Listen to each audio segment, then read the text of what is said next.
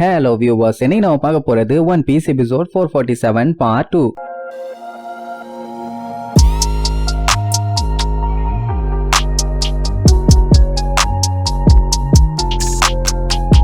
Open பண்ணா warden மகளன் Luffy மத்தவங்களையும் பிடிக்கிறதுக்காக வேகமா போறான். இப்ப என்னன்னா கண்ட்ரோல் ரூமுக்கும் இவங்களுக்கும் இருக்க கம்யூனிகேஷன் கம்ப்ளீட்டா கட் ஆயிருச்சு. அதனால வேற யாரையாச்சும் அனுப்பி செக் பண்ண சொல்லுவான். இப்போ பிளாக் பியர்டு இந்த ஃப்ளோருக்கு வந்துட்டான்னா அப்போ லெவல் 2ல இவன் போட்டு வச்ச பிளான் எல்லாமே ஊத்திச்சுன்னு அர்த்தம். அப்படின்னா இப்ப எதுவுமே பிளான் படி போல, ஒரே ஒரு எலி மட்டும்தான் உள்ள வந்துச்சு. அது வந்ததுக்கு அப்புறம் இவ்வளவு பெரிய பிரச்சனை, செம்ம காண்டாவும் அவனுக்கு. அப்படியே கட் பண்ணி லெவல் 1 காட்டுறாங்க. அங்க பகி, மிஸ்டர் 3 அப்புறம் அந்த பிரிசனர்ஸ் அவங்க எல்லாரும் ஜாலியா ஆட்டம் போட்டுட்டு இருப்பாங்க. ஏன்னா லெவல் 1க்கு வந்தாச்சு, அவ்வளவுதான், இனி வெளியில போனா வேலை முடிஞ்சு. இனிமேட்டு இவங்க சுதந்திரமா வெளியில சுத்தலாம். ஐ மீன் நேவி ஆளுகளுக்கு தெரியாம சுதந்திரமா சுத்தலாம். அதனால ஒரே கொண்டாட்டம் தான். என்னைக்குமே ஒரு வேலையை கம்ப்ளீட்டா முடிக்கிறதுக்கு முன்னாடி கொண்டாடுறதே தப்பு. இவனுங்க லெவல் 1ல நின்னுகிட்டு இப்படி என்ஜாய் பண்ணிட்டு இருக்கானுங்க. அது மட்டும் இல்லாம கேப்டன் பகி தான் எங்களை காப்பாத்தினவர், அவரு தான் சூப்பர் மாசு அப்படி இப்படின்னு அவனுக்காக பயங்கரமா சப்போர்ட் பண்ணி கத்திக்கிட்டு இருப்பானுங்க. பகி வளரிடுவான். அந்த பாய்சன் கேட் எப்படி தானா சரியாச்சுன்னு எனக்கே தெரியலன்னு அதுக்கப்புறம் வாய முடியுவானா. மிஸ்டர் 3 அதை பெருசா ஒண்ணு கண்டுக்கிற மாதிரி இல்ல. ஆமா எனக்கும் அதான் டவுட்டா இருக்கும்பா.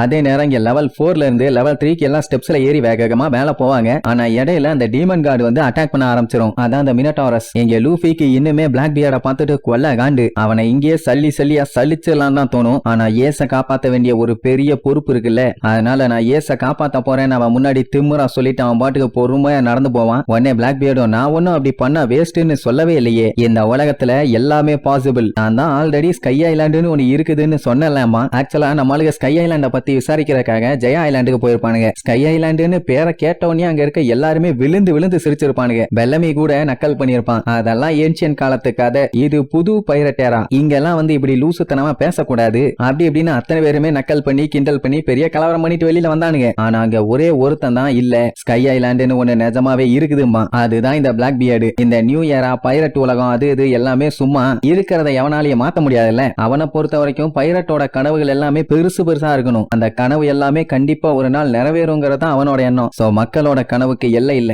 அதை தேடி போனா கண்டிப்பா கிடைக்குங்கிற மாதிரி சொல்லியிருப்பான். நம்ம பள்ளியிலும் அந்த நம்பிக்கையில தான் எப்படியோ ஸ்கை ஐலாண்டுக்கு போய் நல்லா ஆட்டம் போட்டு பண்ணாத வேலையெல்லாம் பண்ணிட்டு வந்தாங்க. இப்பவும் அவன் அதான் சொல்லுவான். ஒன் பீஸும் அதே மாதிரிதான், அது உண்மையாவே இருக்குன்னு சொல்லி அப்படியே வில்லத்தனமா சிரிச்சுக்கிட்டு போவான். எல்லாரும் அதை தேடி போகலாம், கண்டிப்பா ஒரு நாள் யாருக்காச்சும் அது கிடைக்கும்னு சொல்லுவான். அண்ட் அது மட்டும் இல்லாம இன்னும் கொஞ்ச நேரத்துல இந்த மொத்த உலகமுமே ஷேக் ஆகிற மாதிரி ஏதோ ஒண்ணு பண்ண போறானுங்களாமா. இந்த லூசு பையன் தான் எப்போ என்ன பண்ணுவான்னு ஒன்னும் தெரியாதே. லூஃபி அப்படியே குரு அவனை பாத்துக்கிட்டே இருப்பான், என்னதான் அப்படி பண்ண போறான்னு. ஆனா இப்ப அதுக்கெல்லாம் நமக்கு நேரம் இல்ல, சீக்கிரமா கிளம்பணும்னு சொன்ன உடனே எல்லாம் வேகமா படிக்கட்டு ஏற ஆரம்பிச்சிருவாங்க. வழியில அந்த மினடாரஸ் வேற எல்லாத்தையும் அடிச்சு ரிட்டர்ன் அனுப்பி விடுது. இந்த பொடி பயிலாலாம் அதை ஜெயிக்க முடியாது, ஏன்னா அதோட பவர் வேற லெவல்ல இருக்குது. நம்ம ஆளுகளே எல்லாம் ஒன்னா சேர்ந்துதான் அதை அடிச்சு காலி பண்ணாங்க. கஷ்டப்பட்டு மேல வந்தவங்க எல்லாத்தையுமே அதை அப்படியே பின்னாடி தள்ளிக்கிட்டே வரும். எல்லாருமே ஊன்னு கத்திக்கிட்டு இருப்பாங்க. லூஃபி தான் அப்படியே குலவெறியோட போவான். எல்லாரும் லூஃபியை பார்த்து போ பாக்கிய, நியாயப்படி அந்த மினடாரஸை தான் பார்த்து இருந்துக்கணும்னு சொல்லணும். அவன் ஒத்தாளா ஒண்டியாளா போவான். எல்லாம் பார்த்துட்டு இருந்த போன்க்லே நான் ஹெல்ப்புக்கு போறேன்ட்டு போவான். ஆனா ஜிம்பே வேண்டான்னிருவான். ஏன்னா இப்ப பையன் கொல்ல காலில் இருக்கான், அந்த வெறிய எது மேலயாச்சும் இவன் காட்டியே ஆகணும். அதனால அவனை இப்ப தொல்லை பண்ண வேண்டாம், பேசாம இருங்கன்னிருவான். நம்மால அப்படியே கேஷலா பக்கத்துல போய் என் வலிய விடும்பான். அவன் ஆல்ரெடி அடிச்சான்ல, அதை யோசிச்சு பார்த்துட்டு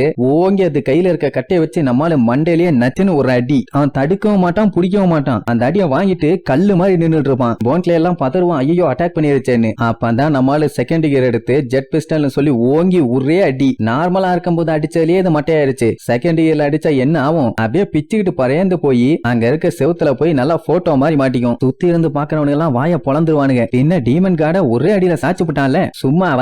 சரி இன்னும் ஏன்டா என்ன இருக்கீங்க, வாங்க போலான்னு சொல்லிட்டு வேகமா எல்லாம் ஜாலியா கத்திக்கிட்டே ஓடுவாங்க. அதே நேரம் இங்க வார்டன் வந்து பார்த்துட்டு வாய பொளந்துட்டு இருப்பான். என்னன்னா அந்த சேடி புள்ளிய அவளோட விப்புலையே அழகா கட்டி தொங்க விட்டுட்டு வந்திருக்கான் அந்த இவானு. என்னாச்சு உனக்குன்னு கேட்டா, இந்த மாதிரி நீ தோக்கடிச்சிட்டா, எல்லாத்தையுமே அந்த இவான் கேவலப்படுத்திட்டான் அப்படி இப்படின்னு சொல்லி கம்ப்ளைண்ட் பண்ணிட்டு இருப்பான். காட்ஸுங்க எல்லாத்துக்கிட்டையுமே அவளை காப்பாத்துங்கன்னு சொல்லிட்டு கொலவெறியோட போவானா. அந்த டைம்ல தான் ஆப்போசிட்ல பிளாக் பியர்டும் அவனுக்கு ஆளுகளும் அப்படியே வெள்ளத்தனமா வருவானுங்க. வந்துட்டு இருக்கும் போது அவன் நீதான் மகளனாம்பான், அவன் நீதான் பிளாக் பியர்டாம்பான். ரெண்டு பேரும் மாத்தி இன்ட்ரோடியூஸ் ஆனவனையே உடனே அந்த மகளன் அவனோட பாய்சன் எடுத்து ஒரே கவ்வு. அவளதான் பிளாக் பியர்டும் சரி அவன் ஆளுகளும் சரி பாய்சனாலேயே நிறைஞ்சிருவானுங்க. அவன் பாய்சன் பட்டாதான் அதுக்கப்புறம் எதுவும் பண்ண முடியாது. ஆக்சுவலா இப்ப மகளனுக்கு டைம் இல்லையாமா. ஏன் இங்க வந்தான் எதுக்கு வந்தான்னு கேக்குறதுக்கு, இங்கே வந்து சாக எனக்கு பார்க்க வேண்டிய வேலை நிறைய இருக்குன்ட்டு அவன் பாட்டுக்கு போய்கிட்டே இருப்பான். மொத்தத்துல பிளாக் பியர்ட ஒரு மனுஷனா கூட அவன் மதிக்கவே இல்ல. அவன் அங்க பாய்சன் மேல பட்டவனே ஐயோ முடியலையேன்னு சொல்லி கதறுன்னு கதறி தள்ளுவான். அப்புறம் நேரா போய் ஹனியபாலை பார்த்துட்டு நீ இந்த அளவுக்கு ஸ்ட்ராங்கா நின்றுப்பேன்னு நான் எதிர்பார்க்கவே இல்ல, இனி போதும் மிச்சத்தை நான் பாத்துக்கிறேன், நீ போய் ரெஸ்ட் எடுமா. பாவம் அவன் சுத்தமா கான்சியஸ்லயே இல்ல. உடனே காட்ஸ் எல்லாம் வைஸ் வார்டனோட நிலைமைய பார்த்துட்டு அப்படியே ஷாக் ஆயிடுவானுங்க. சரி அவனுக்கு கொண்டு போய் ட்ரீட்மெண்ட் கொடுங்கன்ட்டு அவன் பாட்டுக்கு போவான். போறப்போ நீ சாக முடியாது ஹனியபாலு,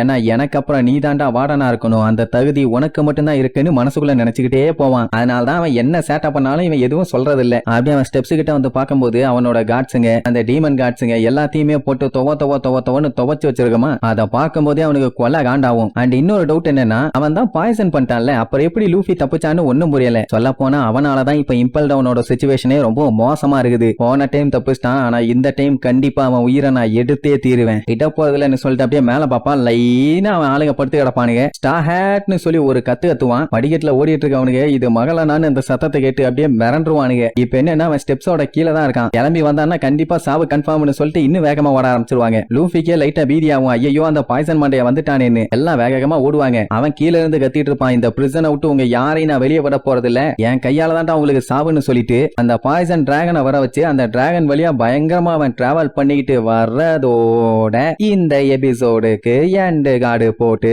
முடிக்கிறாங்க.